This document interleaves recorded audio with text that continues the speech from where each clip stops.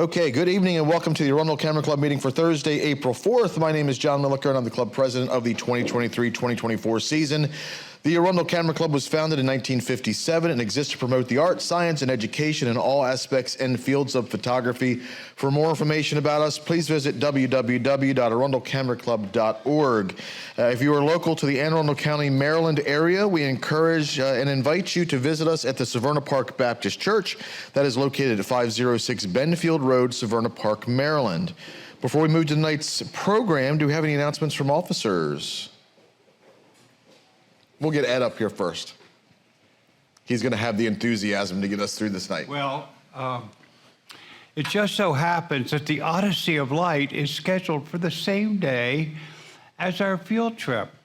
So I talked to our chief, and it is recorded, so we don't have to worry about that. It's recorded, so come to the field trip. Now, the other thing is, there's no balloon festival. There's no Preakness Balloon Festival this year. So, in your folders here, I have listed a lot of activities of possibilities, and Sue Weber on the last page has put in some of her suggestions. So why don't you mull over that, and we'll have to talk. Maybe at the end of the meeting we'll talk about that. Some suggestions. Thank you so much for your kind attention. Ed, where's the field trip on the weekend of the Odyssey of Light? Oh, it's the Brookside Gardens. The Brookside Gardens. Okay, Brookside Gardens. Brookside Gardens for that weekend. It's a must, right? It's right. It's a must. Gotta go for it. Perfect. Ron, come on up. See what Ron has to say. Okay, just two things. And by the way, Ed, in your field trip list, Sherwood Gardens, I looked through my pictures from last year.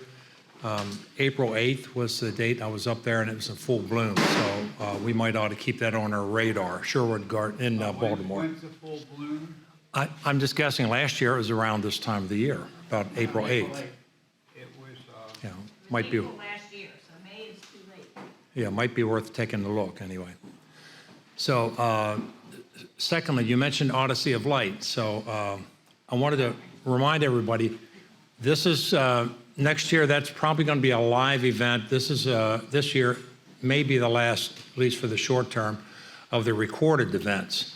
So it's this Saturday and Sunday, the same weekend we do the trip, right? Okay, so 13th and 14th. it is recorded, and but it's $20, and you get your $20 back in terms of a gift certificate from photo. What is it? Nation's Photo. So it's it's a net zero if you go ahead and do that, and you have access to. If you can't make it in the morning, that Saturday or Sunday morning, you can see it later. And the last thing is, Bob and I are collecting the prints for the end-of-year print contest. You don't have to do anything about the digitals because Mike and others have had them all collected, so we'll have them all worked out.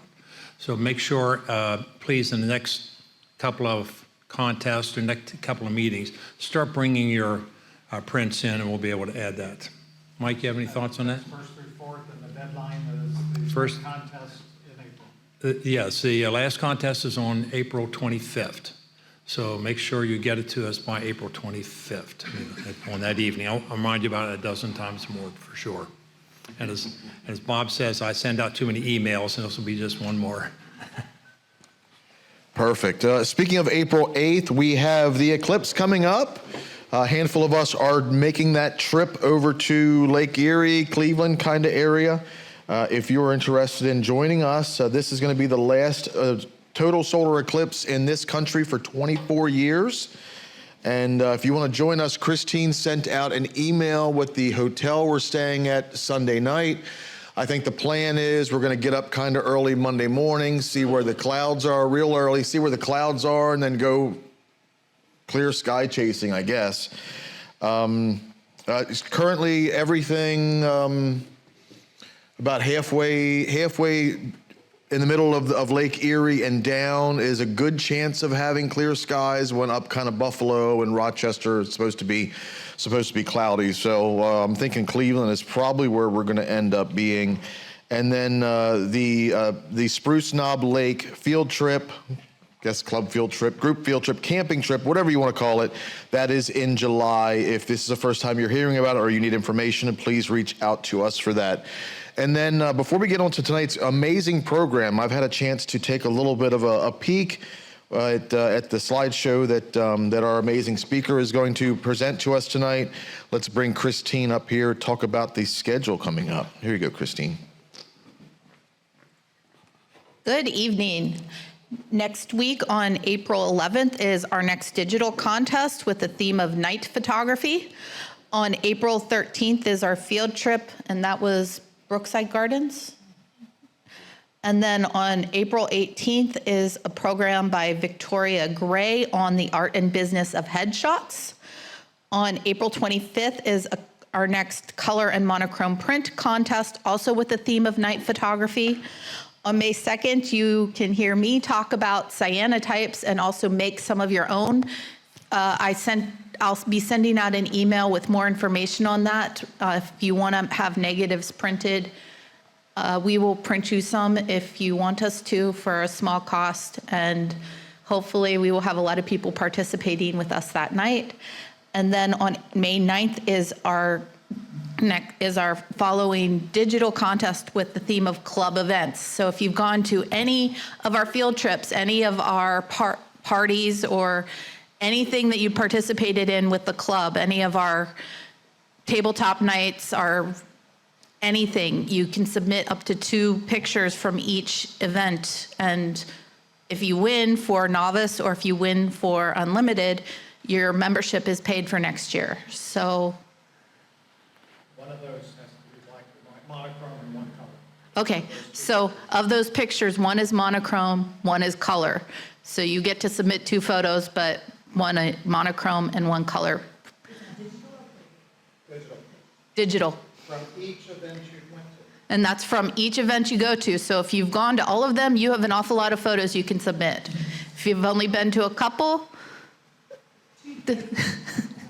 so that's how our club events contest works. Christine, what's the cost on participating and making your own cyanotypes?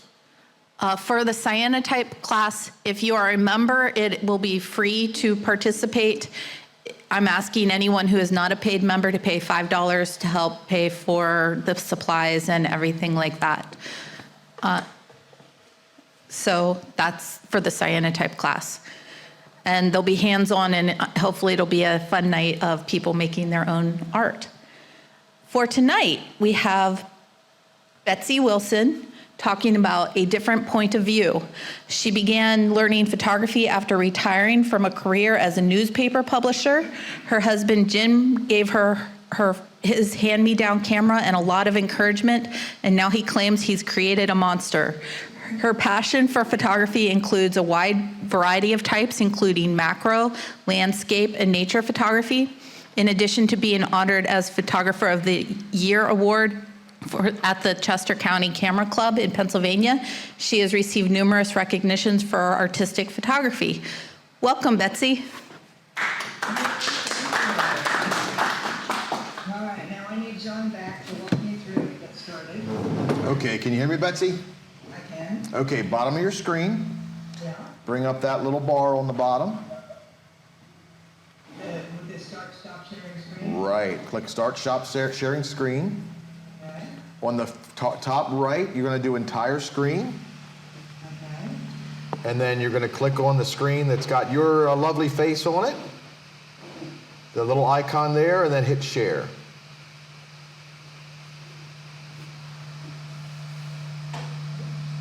Okay, now what you're going to do is go ahead over to go over to your PowerPoint program by going to your taskbar on the left. Above your weather icon, slide to the left, and then click on that PowerPoint icon. There you go. All right.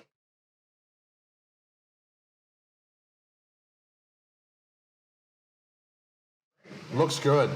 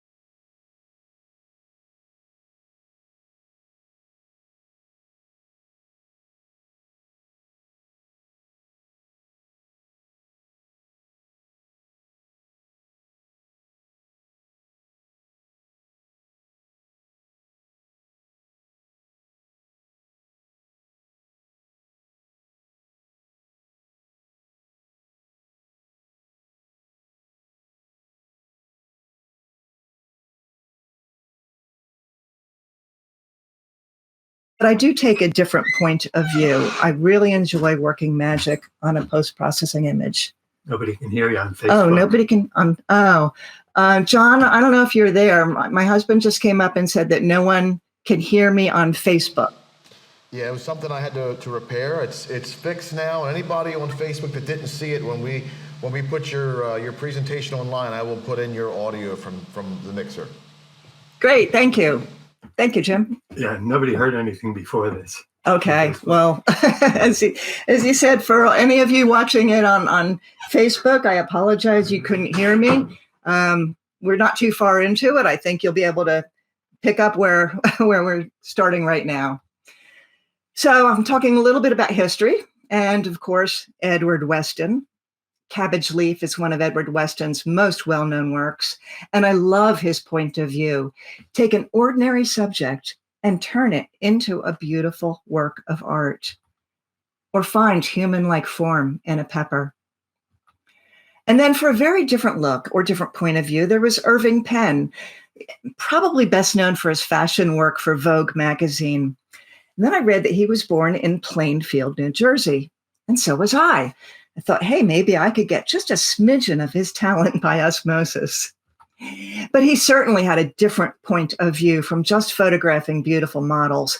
At some point in his career, Irving Penn decided to photograph the unusual and taken for granted, a whole series of cigarette butts, which later then progressed into photographing other discarded items he found on the sidewalk. To Irving Penn, almost everything and anything is a subject to be carefully composed and photographed. I can get obsessed by anything if I look at it long enough. That's the curse of being a photographer. The greatest privilege I've had in photography is a change of diet.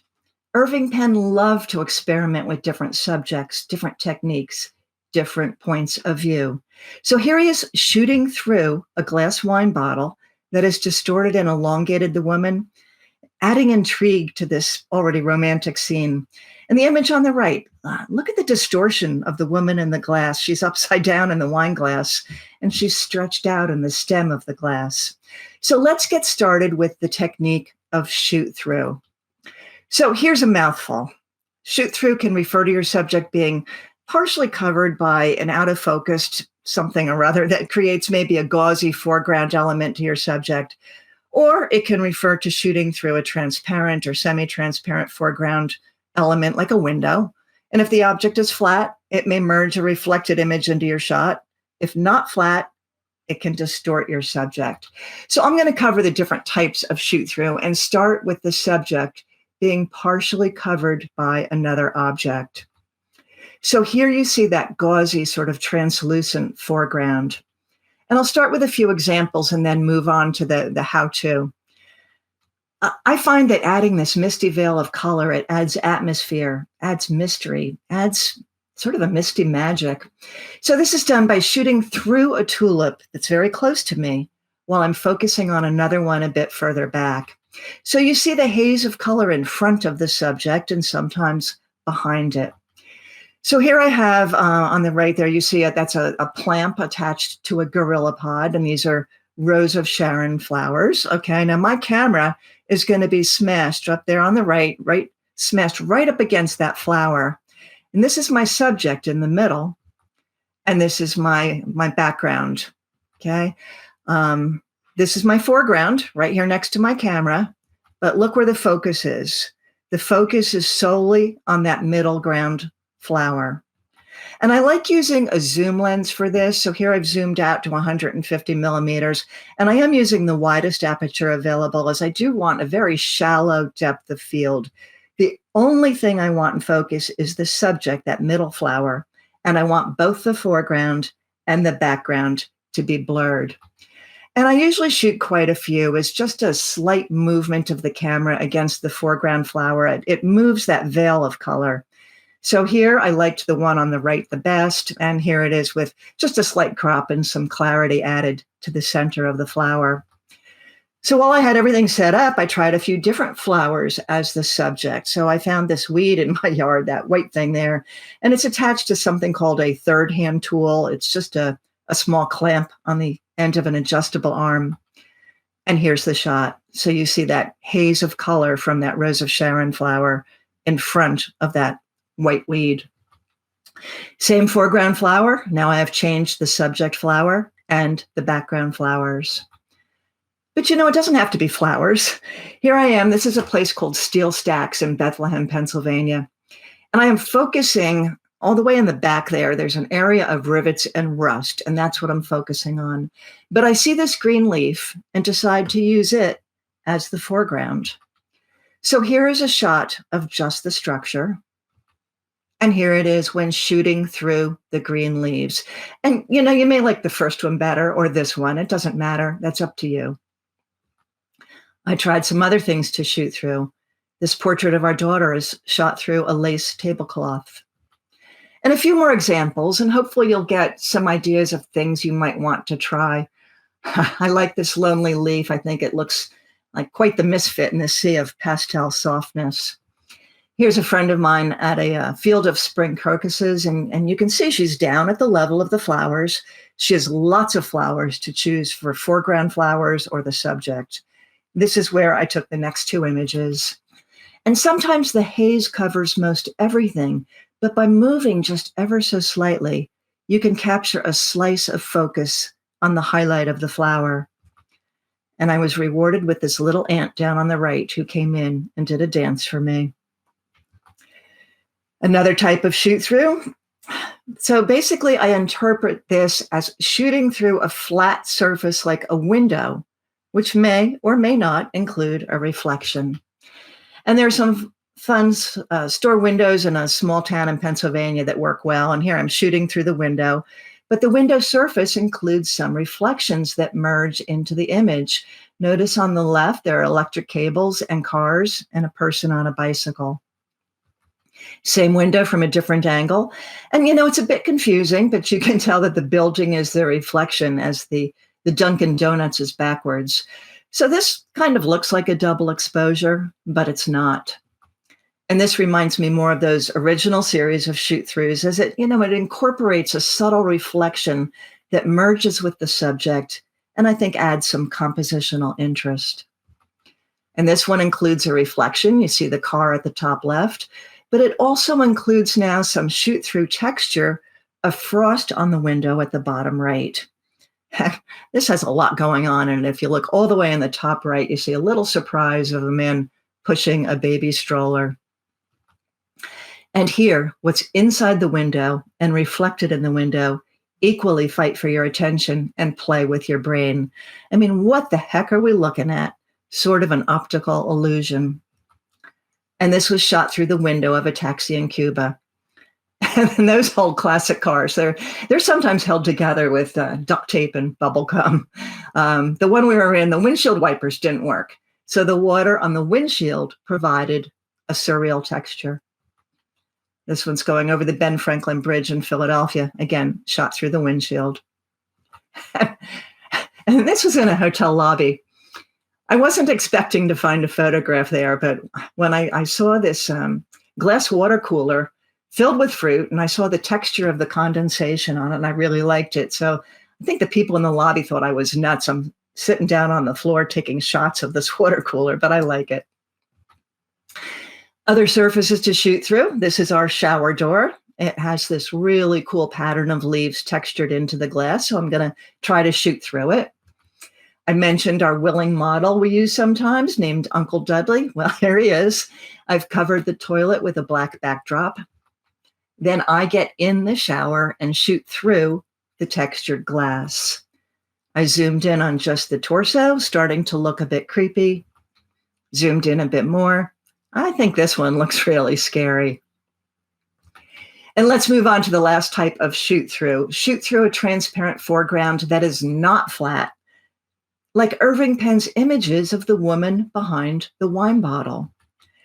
Now you see that shooting through the curved surface creates distortion. This is just a water glass in front of some striped paper. I Googled stripes and printed it. And by moving your camera up and down ever so slightly, the shape of the refracted dots will change.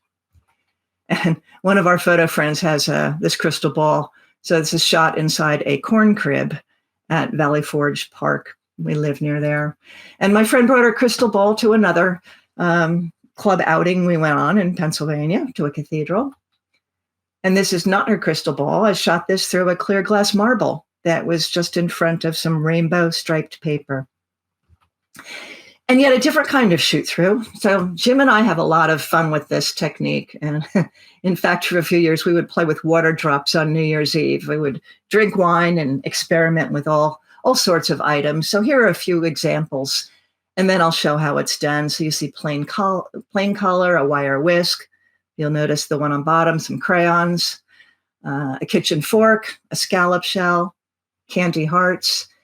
And I call this one Flying Martini Olives from Outer Space.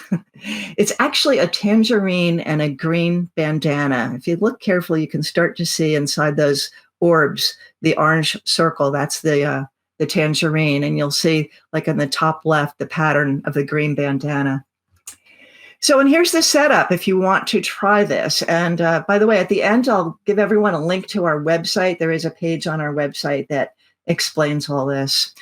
But you need to have some raised glass. I've got it raised up on a couple white boxes there. And you wipe some Rain-X on the glass. That's the stuff you get at an auto body shop. That's what makes the water bead up. Spray on water droplets on the surface of the glass. And then just slide colorful objects under the glass. And put your camera on a tripod with the lens pointing down. And if you look at that, the way that camera's set up, you can see it's a little front heavy there. So you see we've got it weighed down with a bean bag so that you don't want your camera going, crashing down into that glass. You see there on the right, a flash is coming in at a 45-degree angle. If you don't have a flash, you can use a bright desk lamp. And then you focus on the droplets on the surface of the glass, not on the subject below. And I would just experiment with different apertures depending on what lens you have. So let's move on to bokeh, basically an out of focus area in your image. So you can have some fun with this. Pull those holiday lights back out of the attic. The size and the sharpness of bokeh lights changes depending on a few things. It depends on how far the camera is from the subject, how far the subject is from the lights. So look at the size of the lights behind the bird ornament. Here, my camera is 5 feet from the subject. Now the camera is 3.5 feet away, and you see those bokeh lights are now larger. Now the camera is only 2 feet from the subject, and look how those bokeh orbs got even larger again. So if you want to try this, a fast lens works best, wide open. A long focal length creates more extreme bokeh, and I don't understand the science behind this, but so I just practice by moving things around. You can try increasing the distance between your subject and your background, try moving closer to your subject. I just keep moving around till I get something I like. Now I want you to notice that with a smaller aperture, you start to see the shape of the aperture opening. Let's change that point of view. What if we could change that shape? What if we shoot through shapes that have been cut out of black construction paper attached to the front of the lens? So I want you to notice on the top there's a star, an asterisk, and snowflake shapes.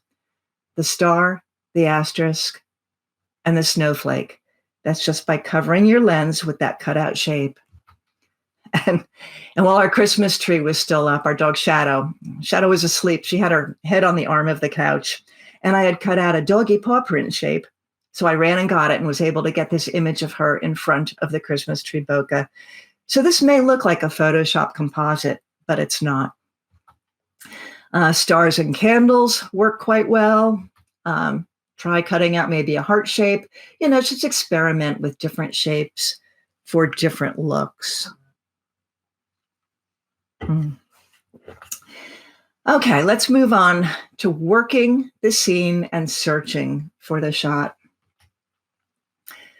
Jim and I went to the Battle of the Brandywine. It's a reenactment in Pennsylvania. And reenactments, they're just great places to photograph if you've been to them, because if you're kind of shy like me about asking people permission at a reenactment, you don't need to. And here I was drawn to this group of sleeping soldiers. So yeah, this is a really bad photo. Kind of looks like they're dead. So when I see something of interest, I slowly walk the area. I look from different perspectives. I look high, I look low, and okay, now I see something that really interests me. And it's not in the top left there, the Hanes logo on that soldier's sock. they're supposed to wear authentic period costumes. But down below that sock, you see that little brown blob? It's a puppy. So I continue to try different angles. But the grass covers the puppy's head, or all I can get in my frame is puppy butt. So sometimes you just can't get a good point of view. And sometimes you do just have to give it up and move on to the next thing. Same place. I like this woman's hat, so I took a few shots, hoping for the right look, the right composition. I think maybe I can work with this one. So here's my finished image. With some editing, I've lightened up the shadows, I've brought out the light in her eyes, and I've added a texture. And this now reminds me of an Andrew Wyeth painting. He did one of his wife with a similar, very flat hat. Let's work the scene at a place called Middle Creek in Pennsylvania. Such a fun place to photograph because in late February and early March, tens of thousands of snow geese migrate through, and they stay for a week or two. And with a little patience and good timing, it's really not difficult to get photos like this of this amazing liftoff of the geese. So here they are taking off and flying right over me. So these are the types of shots that photographers from all around come to get. But for a different point of view, I am always looking around for other visual interests, like this group of Mennonite women who are there enjoying the sights. And I like this shot, but it does need a little Photoshop help. So my first step will be to bring up the shadows to see if there's some detail there. And now I can start to see more form in their jackets and some details in those colorful skirts. But there were others in the image that were distracting, such as the woman on the far left in the red coat. So in Photoshop, I used some content-aware fill, clone stamp. This was before the new tools, which are much better. But I eventually got rid of the unwanted portions of the frame. I did some color adjustments. I added a few more geese in the air, and this represents what I saw and felt that day. From this to this. And if you ever do go to this place, drive the loop road, as you may find some surprises out in the fields. I like the leading lines in this shot and that sort of that stripe of white snow geese in the background. And after leaving Middle Creek, Jim and I, we tended to always stop at this huge antique place called Renninger's Antique Market. And we stopped there to buy lots of stuff so we could photograph still lifes. And this gentleman was in one of the booths, and I asked if I could take his photo, got up my courage and asked him. My camera was out in the car in the parking lot, so I actually had to run out and get my car.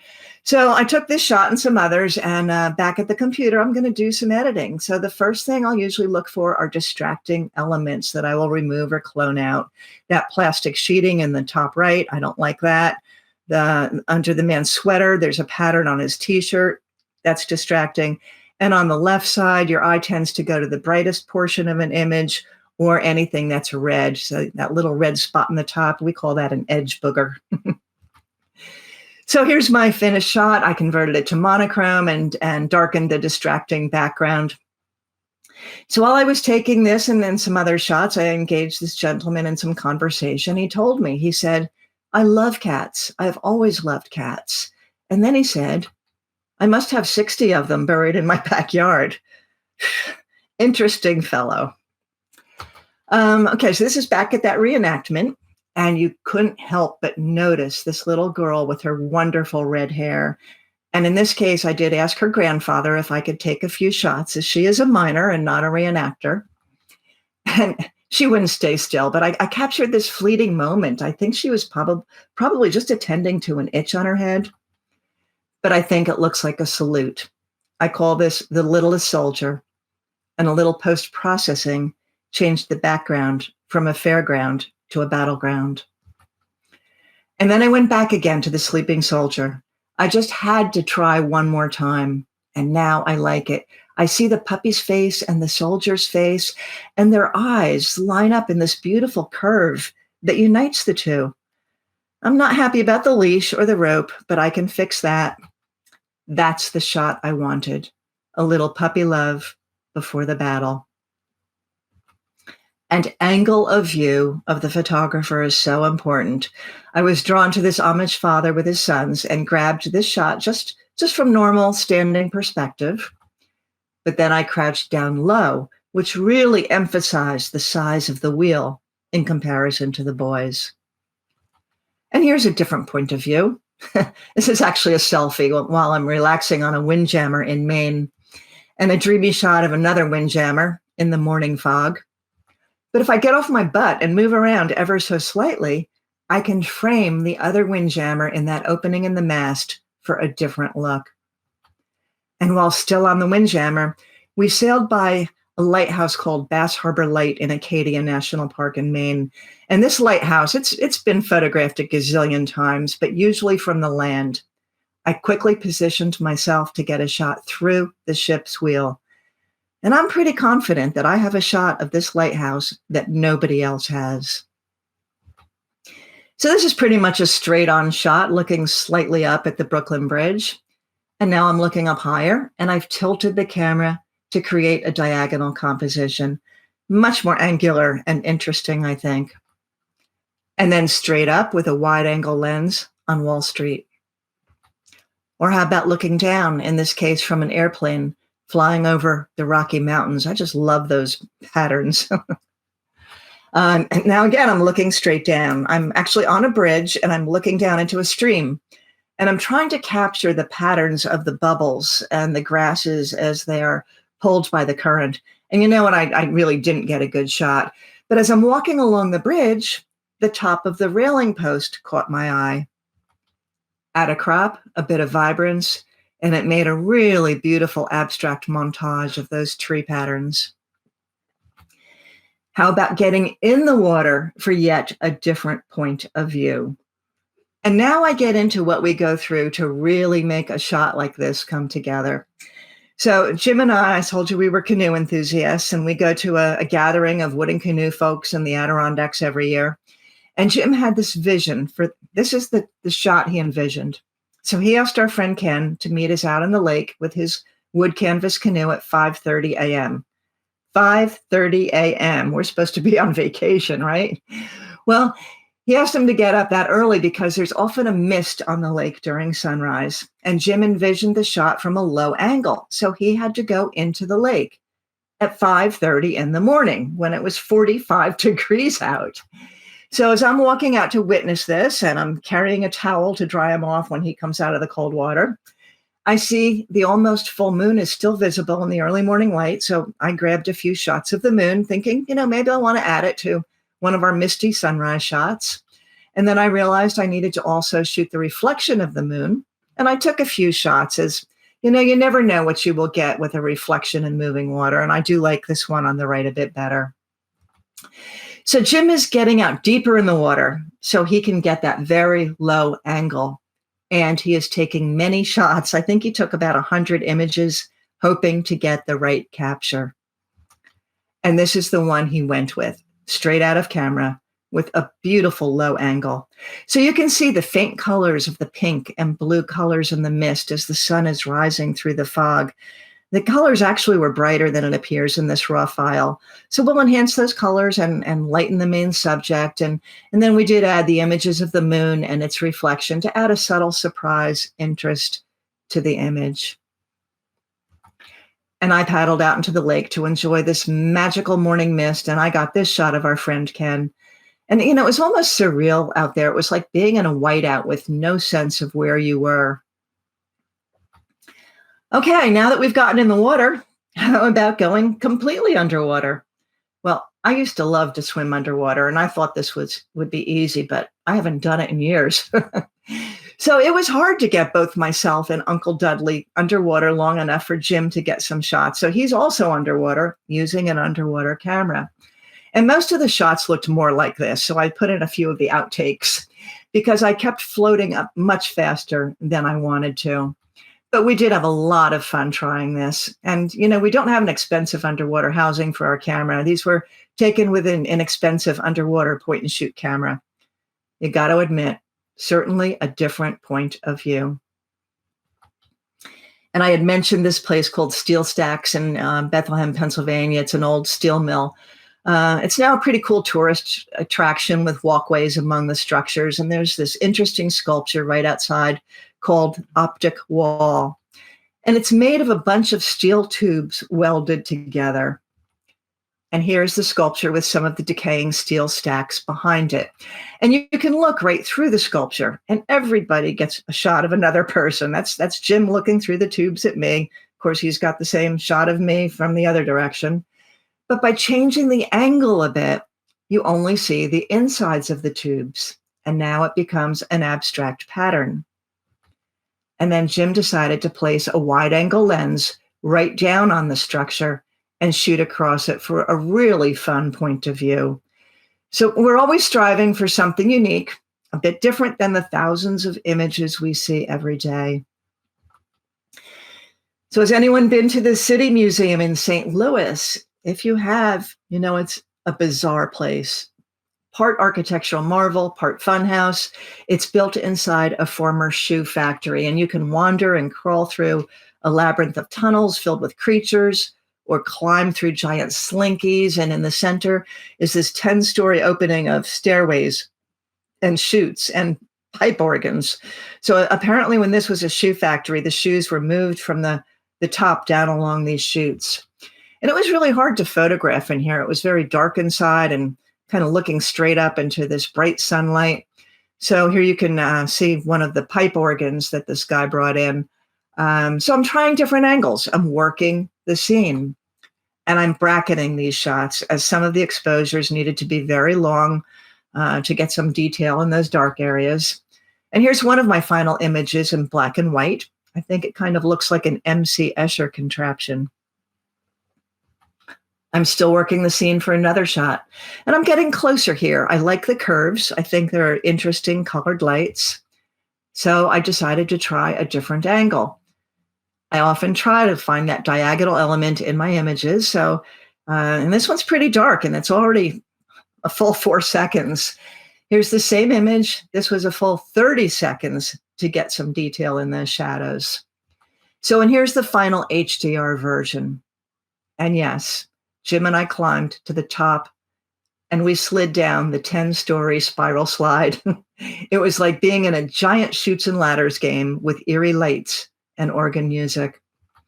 And here's another angle image. This one focuses more on the pipe organ. And now I'm an internationally published photographer, as my image was featured on the front of an international magazine published in England called Organist's Review. I was quite honored. So looking at things really, really close up certainly is a different point of view, maybe a bug's eye view. When I began my photographic journey a little more than 10 years ago, I knew nothing about photography. And early on, I stumbled on some images by a macro photographer named Mike Moats. I'm sure some of you have heard of him. And I was just blown away. I was mesmerized with his images. I thought they were just magic. And I found out that he would be giving a workshop nearby, so I signed up. So the next few images are from that workshop. And Mike Moats shared all the basics needed to get a good image. And he brought all sorts of fun stuff to photograph, like these clock gears. That workshop had a huge impact, and I left energized and motivated to really delve into photography. I left with a newfound passion, and a whole new point of view had opened up for me. And getting close to your subject and filling the frame made me look at many things with a whole new appreciation. And your options for subjects for close-up photography are endless.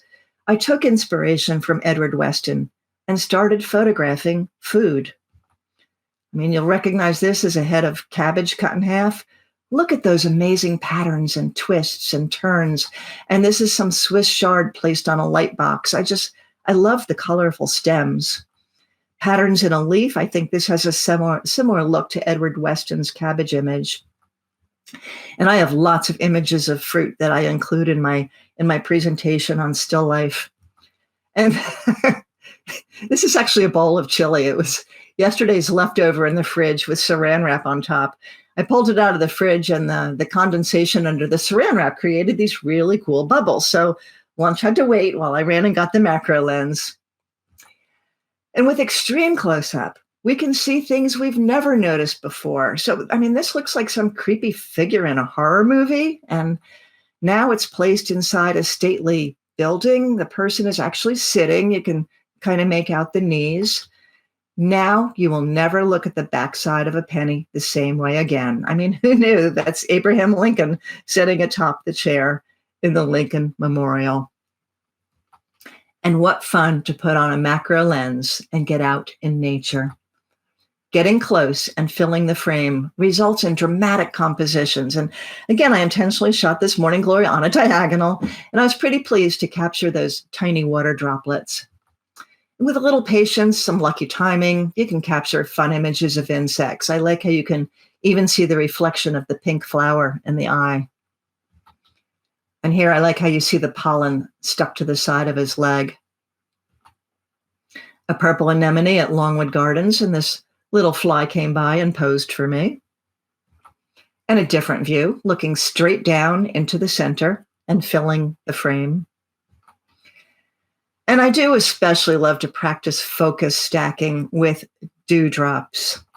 So whenever there is a morning after a rain and the moisture in the air, it forms these beautiful droplets. I love to go out and see what I can find. And with just the right positioning, you can actually get the refracted image of the flower behind the droplets. So here, many milkweed seeds were laying on the ground. But they were covered in these beautiful tiny droplets, but I didn't even notice them until I sat down in the field. So I sometimes wear rain pants and put on knee pads so I don't have to worry about getting wet or muddy. But for a more controlled environment, you can do this at home. I found a tendril growing on a squash vine, brought it home and posed it in front of a zinnia. So here you see the zinnia refracted in the water droplets. So let's take a look at how this is done. This was created by taking many shots of the same subject. I'll do my best to focus on an area and then just slightly move closer and further away and make many, many images. You know, they're not lined up. I'm moving. Oftentimes the wind is moving the subject. So I'm going to show you 8 images here. Most of each one of them is totally out of focus. And notice how they jump around. This one jumped to the left. This one's a bit more to the right. But in each image, a portion is in focus. Okay, I think that's all 8. And then you take your images and you bring them into Photoshop. And it's really isn't that hard.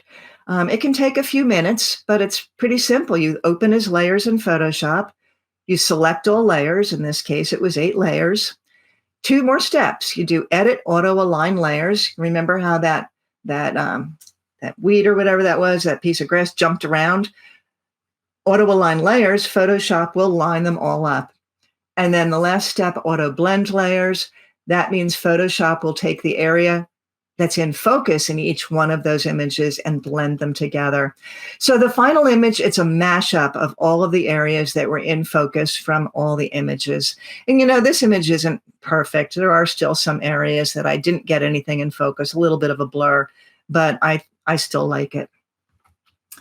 Okay, so we're a little bit more than halfway through. Let me take a pause here and ask if there are any questions. And John, I'll let you or Christine just talk to me if there are any questions, because I don't want to unshare my screen and go through that again. So if John or Christine, if you're there, meantime, I'll just get a quick drink of water. Let me know if there's any comments or questions. Okay, there's a couple in the room, and then I have one online. So here's some from the room. A lot of your pictures use the tripod, obviously, but Yes. the Brooklyn Bridge images and the windjammer through the ship's wheel, were they tripod photos or were they handheld? They were handheld. And, you know, you mentioned like the Brooklyn Bridge, and I said that second one, I tilted it on an angle. I find, you know, there are certainly a lot of times when I do use a tripod, but if I'm walking around a city or I'm on a windjammer, a tripod would be basically useless because the boat was rocking. But I like the freedom of being able to just move around and tilt my camera. And I find that much easier without a tripod. Any other questions? Online, Scott asks, your vision is so strong. Why do you want to change wonderful view of real life into unreal views that are not your wonderful vision? Well, everyone has their own personal taste. And I know many photographers take more of a journalistic approach where they want to capture reality and memorialize or document reality and find beauty in reality. And there's a lot of beauty there. For me, like Ansel Adams, I enjoy making tonal adjustments to my images. I get pretty creative in Photoshop. And for me, that's part of what I like to do. I understand not everybody likes to do that. So an interesting comment. Everyone looks at it differently. You got to do what makes your heart sing. Any other questions in the room? Okay, looks like we don't have any more right now. Excellent. Let's continue. Let me get a quick drink of water. Okay. So I want to talk about the fisheye lens. And when I first got it, I think Jim gave it to me as a Christmas gift one year. I first looked at it as just sort of a novelty. I thought it was a lens that just makes people's noses look really big. But the more I studied other people's images and the more I started to experiment with it, I certainly looked at this lens with a different point of view. So this is a local park not too far from us, a historic park, and this is not a fisheye, just a normal lens. And it's always a nice place to photograph, and I like to get traditional shots like this, but then I like to try for something unique. So I put on the fisheye, I got down low into the grass for a unique perspective, and then I moved that leaf, and here's my finished image.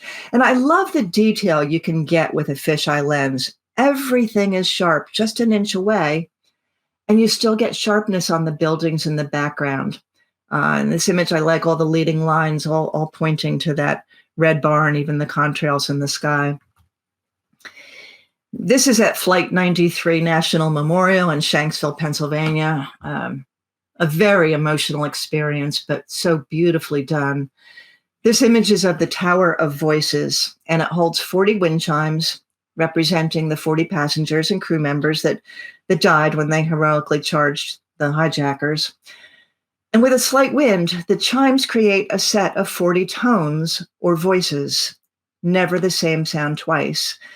It can be somewhat discordant, but sort of hauntingly beautiful and peaceful.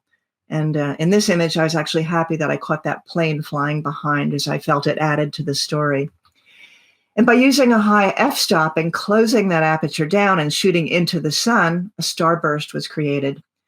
And I think those colorful bokeh orbs were probably caused by dust spots on the lens, but I actually like them in this image as if they represent the colorful souls appearing as the chimes ring their memories. And then this is looking straight up using the fisheye lens. This is the lens I have. It's a Rokinon 8mm, which is basically a very wide angle lens. So you see the curved dome shape of the lens, similar to the dome shape of the human eye. So it can see not only in front, but some peripheral vision as well.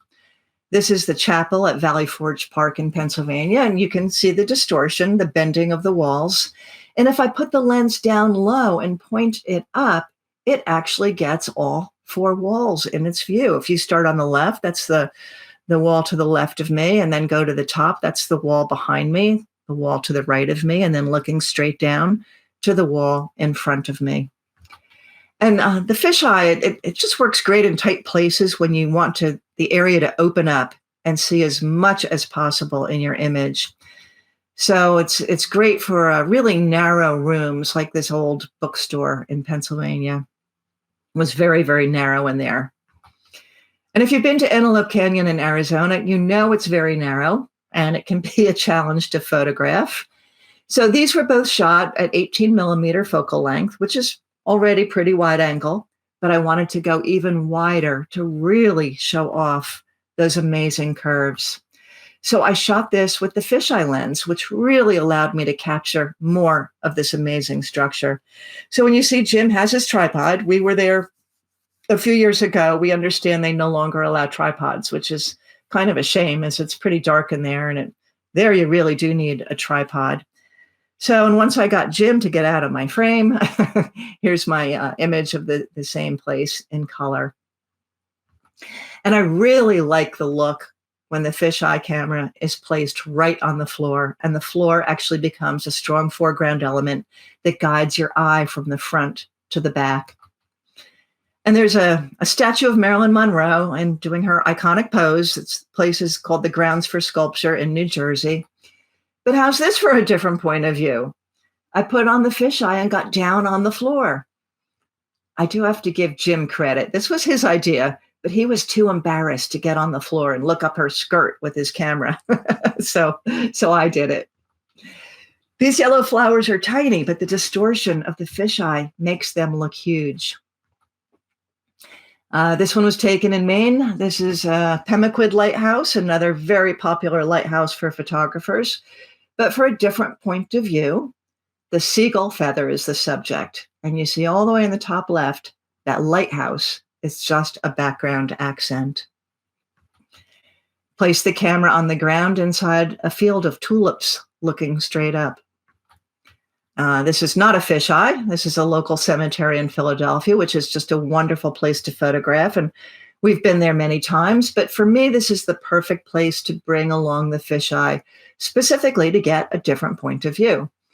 And this is almost never done standing up. I'm lying on the ground to get this leaf as my foreground object. And you can see how wet everything is. So I'm wearing my rain pants because I know I'm going to wind up laying in the grass somewhere. And this giant leaf creeping along a rock wall looks to me like a hand trying to escape the cemetery. And on this one, I just held the camera way down on the ground and pointed it up towards this ivy-covered tree. I didn't know what the image was going to look like. I just held my hand down low and I'm just going click, click, click. I'm moving the camera slightly and took lots of shots. And here's the original image on the left, straight out of camera.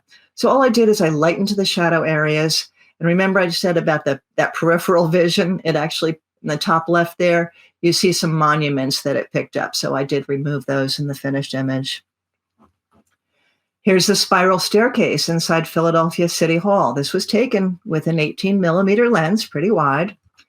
But the fisheye captures even more of those beautiful railings. And this is inside the courtyard at City Hall in Philadelphia. With the fisheye on the ground pointing up, the viewer is surrounded by all four sides of the courtyard, while this musician serenades us, playing a flute. And I said I like to get down low and pick a foreground subject while using the fisheye lens. Well, here I am at a place called the Graffiti Pier in Philadelphia. So this image was actually taken by my friend Sven, that's me down on the ground. So I have my camera very close to this can of spray paint. And you see my tripod next to me? Looks like I'm not using it. Well, I do use it. I call it my standy uppy. When I get down low with a backpack on my back, I use it to help me stand up. And here's the shot I was taking. For a different point of view, I am making the can of spray paint the main player. I want to tell the story of the ever-changing graffiti that takes place here. And there, out that opening, that's my friend Sven. He's taking that picture of me. So we were actually taking a picture of each other at the same time. And there's an old trolley tunnel in Philadelphia with these really cool vaulted brick arches. And the extra wide lens allows the camera to capture just more of those beautiful brick archways. Now that's pretty scary. I laid on the floor with the fisheye pointing up and asked my camera buddies to gather around. And okay, well, I will add a few images with big noses like this one Jim took, and I did a few of my own. I really enjoy the bizarre and whimsical perspective you can get. And yeah, of course, we did have to make our own goofy images. So let's move on to shadows and reflections. Shadows can transform an ordinary staircase into modern art. You know, just some curved steps, but what a difference it makes with these magical shadows. Wrought iron chairs at Longwood Gardens in Pennsylvania. Here's Jim looking rather dapper with some dramatic lighting, but the shadow sets the mood. And Jim took this one. This is Urban Outfitters headquarters in Philadelphia. And, you can probably tell it was with the fisheye lens. You see that distortion, but what a cool shadow.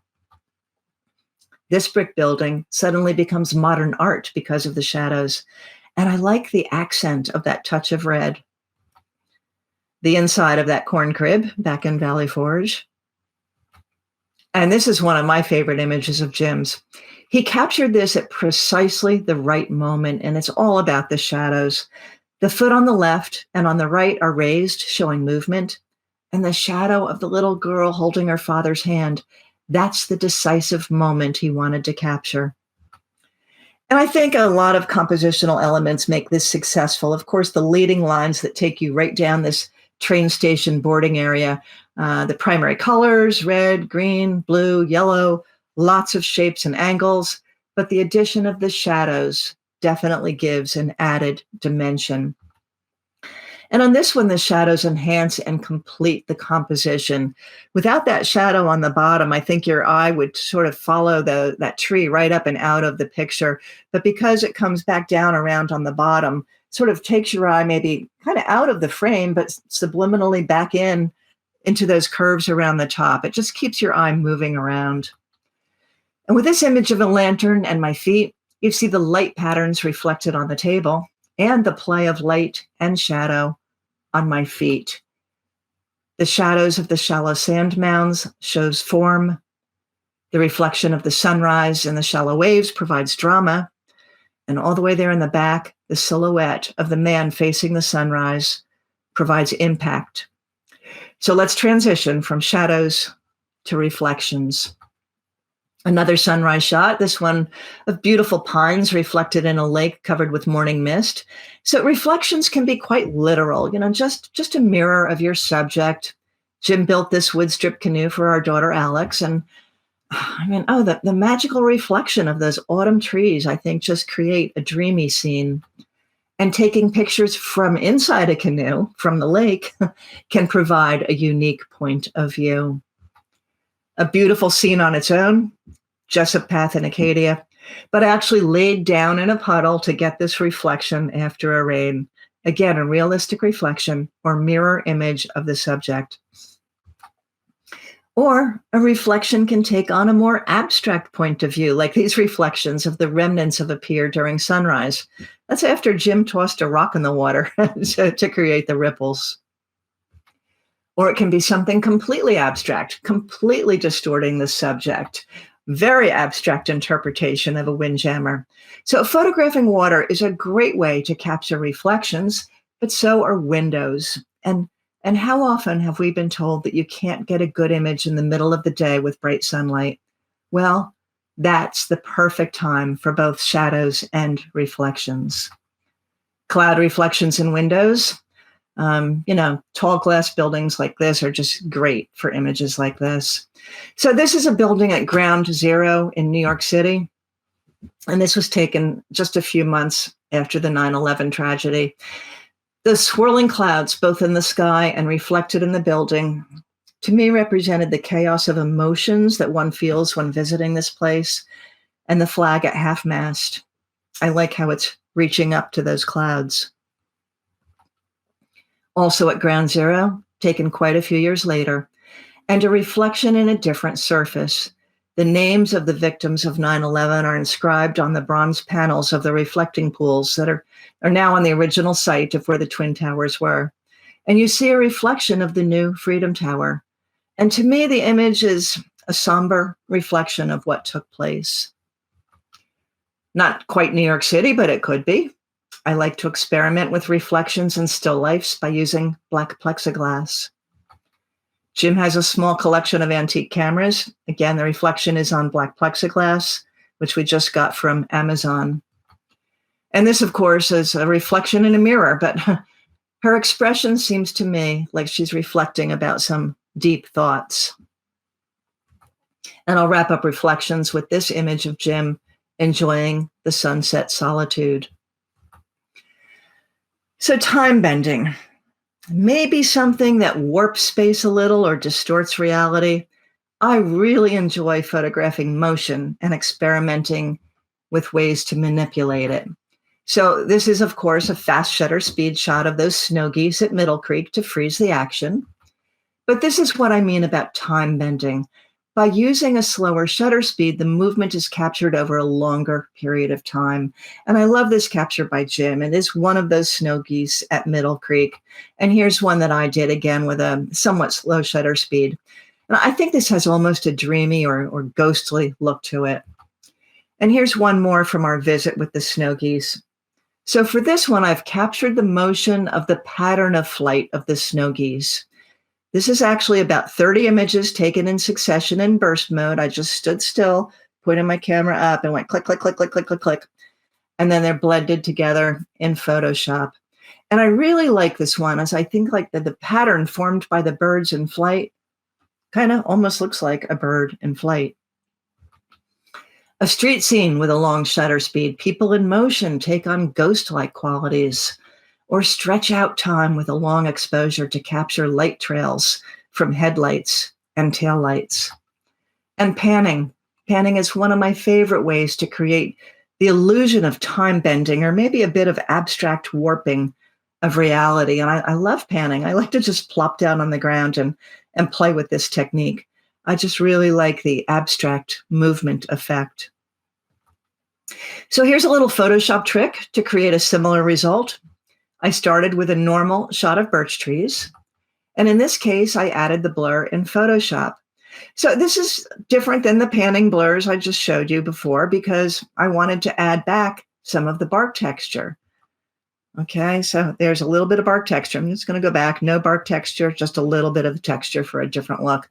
So in this image, you see just a hint of the texture of the bark on those beautifully blurred trees. And it's done by bringing both images into Photoshop as layers and just brushing a bit of the texture from one image onto the other. And another one, this time I brushed in a little bit more of the texture of the trees and some of the grasses in the foreground. And a real challenge is to pan moving subjects like cars or cyclists.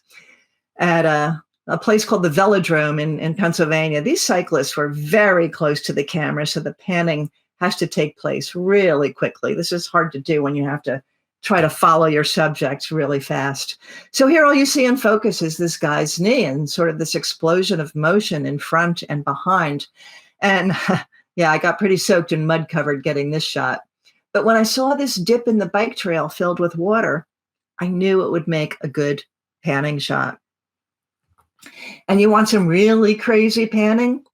What if you do it from a moving car? You do need two people to do this, the driver and the photographer. So as you drive by the subject, you point your camera at your subject and you kind of swivel it or rotate it as the car goes by. So I'm in a car on a road. I see this tree. I'm in the passenger. I point my camera at this tree. And as the car approaches, I keep my camera pointed at the tree. So I'm rotating my camera as the car goes by. So it's actually a combination of lateral movement of the car and rotational movement of the camera. And sometimes it just sort of results in a hurricane of texture and color. And I really love this type of photography, but I got to warn you, you got to be prepared for a lot of misses. I'll usually take about 100 shots to get maybe one or two keepers. Or use a neutral density filter, like one would use to create that maybe silky look to a waterfall. You can also stretch out clouds for some time bending. And I do think this works really well in black and white. How's this for a very impressionistic look?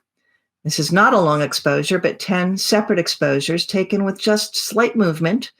And then they were brought into Photoshop and blended using different opacities. And this was done the same way. I think it does add a dimension of time and movement. And if you don't want to do this in Photoshop using layers, you can do it just as a single shot in camera. Just jiggle the camera, just try to jiggle it really choppily, if that makes sense. Some camera shake. This is about 1/10 of a second. So this is a night blooming cereus, and I am fortunate to have one in my home. And it's a rather ugly plant most of the year. It's big, it's gangly, but a few times each summer, it creates this amazing flower for just one night. sometimes called the queen of the night. So of course I have to try to photograph it in, different ways to try to capture this amazing but fleeting transformation. So I shot it at different times during its progression. Okay, it's starting to open. Now this takes place over about 2 hours. Starts when it gets dark. There it is, all wide open. At 11 o'clock at night, I go to bed, come down the next morning, and this is what it looks like. It's gone. That flower will not bloom again. So when I thought, well, let me show them differently, let me put them together to show a progression in time. And then I thought, well, I wonder if we could do a time lapse. So Jim and I had to study up on this a little bit to figure out how to do this. And, we're certainly not experts at it, but I think it's kind of cool. So I'm going to show this one more time because talk about a tripod. Our dog Shadow came in the middle of this. Watch it jump to the left. Boom, right there. That's when our dog Shadow walked through the room and jostled the tripod. Thanks, Shadow. So that's about 100 images taken 1 minute apart. So I like to give myself a self-assignment. How many ways can I shoot the same subject? It keeps me motivated to keep learning new things. And I have done this with quite a few things. I've done it with silverware, with tulips, with pumpkins, but I'll share just a portion of one that I did with the subject being a dandelion. Photograph it at its different stages of its life, before it blossoms and on its way out, or positioned like a family in a group hug. How about putting them on a flatbed scanner to capture the illusion of seed pods drifting away? Scanography is a favorite technique of mine. And you can make an image like this, these little seeds flying away to take root for next year. Put on that macro lens to get close. Use focus stacking to get the water droplets in focus in front of a soft, out of focus background. Or capture a refraction of a distant flower behind it. Look for beauty and composition as its glory starts to fade. Capture it in its state of death, decay, sometimes called wabi-sabi. Wabi-sabi is a Japanese aesthetic concept that finds beauty and serenity in objects or landscapes, designs that are simple, imperfect, impermanent, maybe dying, decaying. Remember Irving Penn and his images of cigarette butts? He was photographing wabi-sabi. And his quote, "That's the curse of being a photographer." I think that's the joy of being a photographer. And on a walk with our dog Shadow, I found this old beat up light bulb at the edge of a river, and I actually carried it with me for the rest of the walk because I wanted to bring it home and photograph it. A vulture egg I found in the woods behind our house, wabi-sabi. After breakfast trash. One person's trash is another person's treasure. Once upon a time, this was a new handcrafted leather seat inside a beautiful wood canoe. Now it's just tatters and peeling paint. But it was apparently a thing of beauty for the editor of the Wooden Canoe Journal as he chose this image for the cover of the magazine. I was again honored. More wabi-sabi, old rusty saw blades. And if you like to photograph junk, go to a junkyard. This one's not open to the public. We attended a photo workshop in South Jersey with a great photographer named Richard Lewis. This airplane and truck graveyard, just a really cool place, but it's absolutely full of wabi-sabi. Beautiful lines, shapes, textures, and colors are everywhere. It's truly a photographer's playground. And you can move things around or bring your own props. For this one, I took off my glove and placed it, well, where else? The glove compartment. And there are a number of these white, sort of futuristic looking mannequins, and they get moved around all the time. I placed this one in front of these old rusty tanks. I think they're propane tanks, like maybe it was born from one of these pods. And then back at the computer, I was practicing with the new Photoshop selection tools, and I selected one of these creepy mannequins, and in Photoshop just placed him inside the fuselage of one of the airplanes, just experimenting, kind of creepy. So you love rust and peeling paint? Well, you will find a never-ending wonderland of beautiful, fascinating, rusty, colorful modern art creations, but what to do with them all? Well, how about making a collage for a different point of view? These were all taken at that airplane graveyard. And since we were there with 25 other photographers, we thought we could get some unique shots by bringing along Uncle Dudley. Here he is, ready to lift off in a helicopter. And now he's in the air having a good old time. I'll tell you, Dudley had a blast at this place. He was just running from one wreck to the next. Oh, and he made a new friend. And then he found this old bus and he wanted to go on a bus ride. So I asked Jim to help him move around the bus a bit so I could get him in different positions. You remember going on that 5th grade class trip? 99 bottles of beer on the wall, 99 bottles of beer. And down on the floor there, that's the teacher who just can't take it anymore. Okay, I will start to wrap up with what I find to be the most difficult challenge, and that's photographing a concept for a unique point of view. And I'll share a series of examples of images that started in our imagination, and then we had to figure out how to create it. This pushes the boundaries of photo creativity. Every year, our camera club has a summer challenge, and each year it has a theme. A few years ago, the theme was song titles. And then there are 10 assigned song titles to illustrate. So one of the assigned songs was Summertime. And here is my interpretation. Summertime and the livin' is easy. This was to illustrate the Adele song, I Set Fire to the Rain. I wanted it to rain fire and rain water on me. Here the assignment was Somewhere Over the Rainbow. The dreams that you dare to dream really do come true.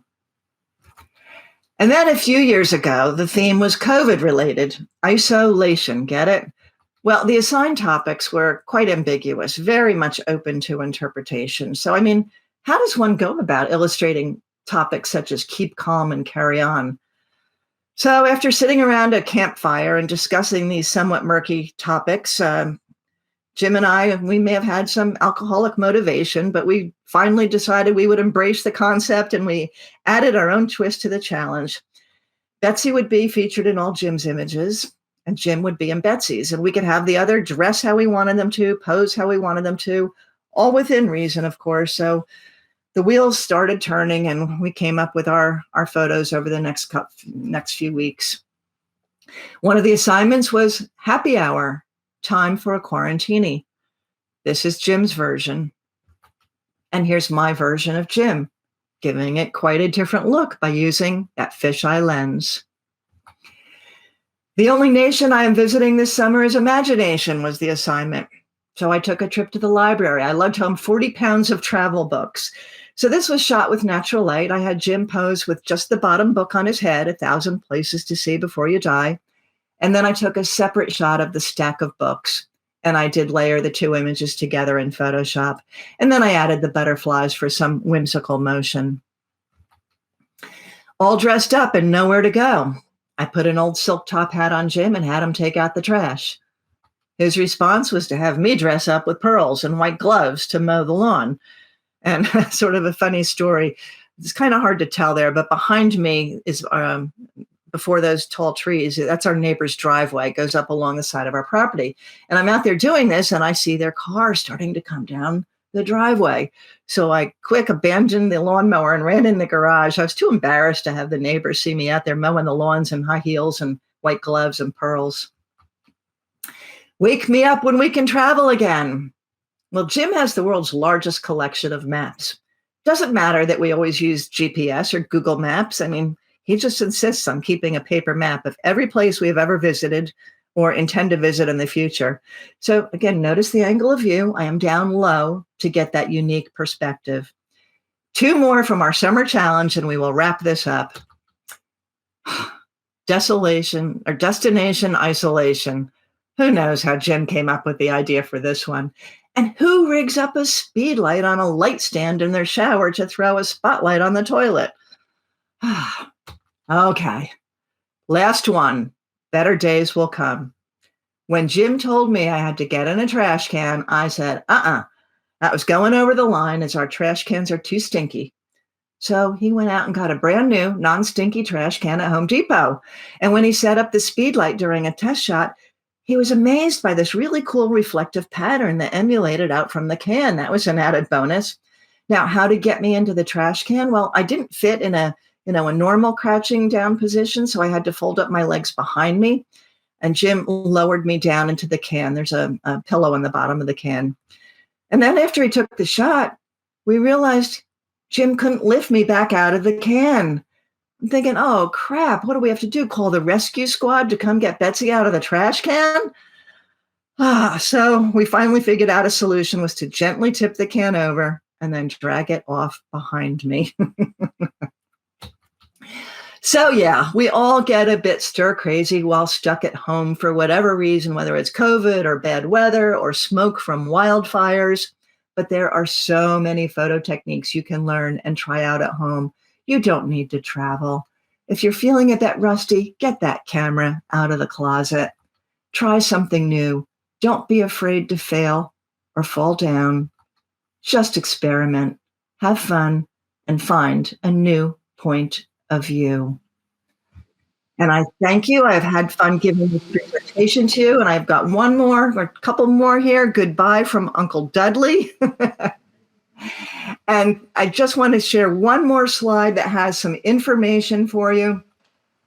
If you do want to see more about some of these techniques, go to our website, letscapturethemoment.com. Jim and I share a website.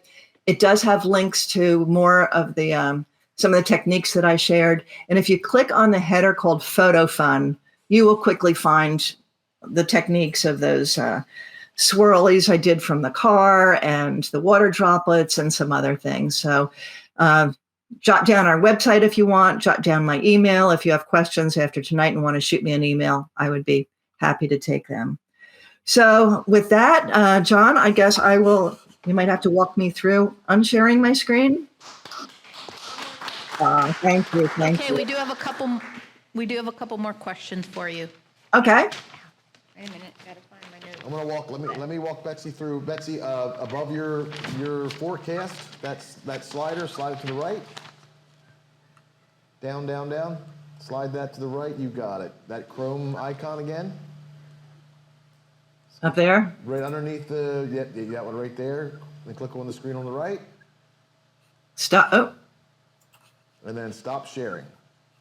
Oh no, I'm getting like the the never-ending thing. What? That won't affect you. It still will show you the icon on the bottom that will allow you to stop sharing. When it finishes being the endless mirror. Just click on the front one, the third icon to the left. That's right there. Yeah, I don't see the icon because it's still making the endless. It's covered up with. Should be on the bottom of the screen. That Yeah. bar. Well, let me try Okay, something. you're almost there. Go up a little bit. Left. Keep going left. Keep going left. All right. Because all I see is like lower your hand. I'm seeing the. Go one more left. Click that right there. Oh, okay. You're right. I had it all along. Okay. No problem. Welcome back. Thank you. Thank you for your technical help, John. Can you tell us where the Grounds for Sculpture in New Jersey is located? Sure. It's very close to Princeton. So it's not too far from Philadelphia, but it's in a town called Hamilton, New Jersey, which is the town next to Princeton, New Jersey. And it's a fun place, that Grounds for Sculpture. It's just another photographer's dream. There's just so much to photograph there. Any other questions? Well, I hope I've given you some ideas of some Uncle things Dudley to get try. his name? How I'm does sorry? Uncle Dudley get his name? Say it again. How did Uncle Dudley get his name? Oh, Jim named him. I don't know where he came up with it. We don't really have an uncle named Uncle Dudley. He just thought it was fitting. Okay, any other questions? No more questions. Scott says thank you for your very well done work and your enthusiasm. Thank you. Thank you. You can tell I enjoy it. Thank you very much. I have enjoyed giving this presentation. I'm glad we figured out our technical difficulties. Thank you. Excellent. Thank you, Betsy. Give her a round of applause one more time. Thank you. Thank you. Thank you everyone for joining us, and we will see you next week for our digital contest for night photography, and we will see you then. Good night. Good night, everybody.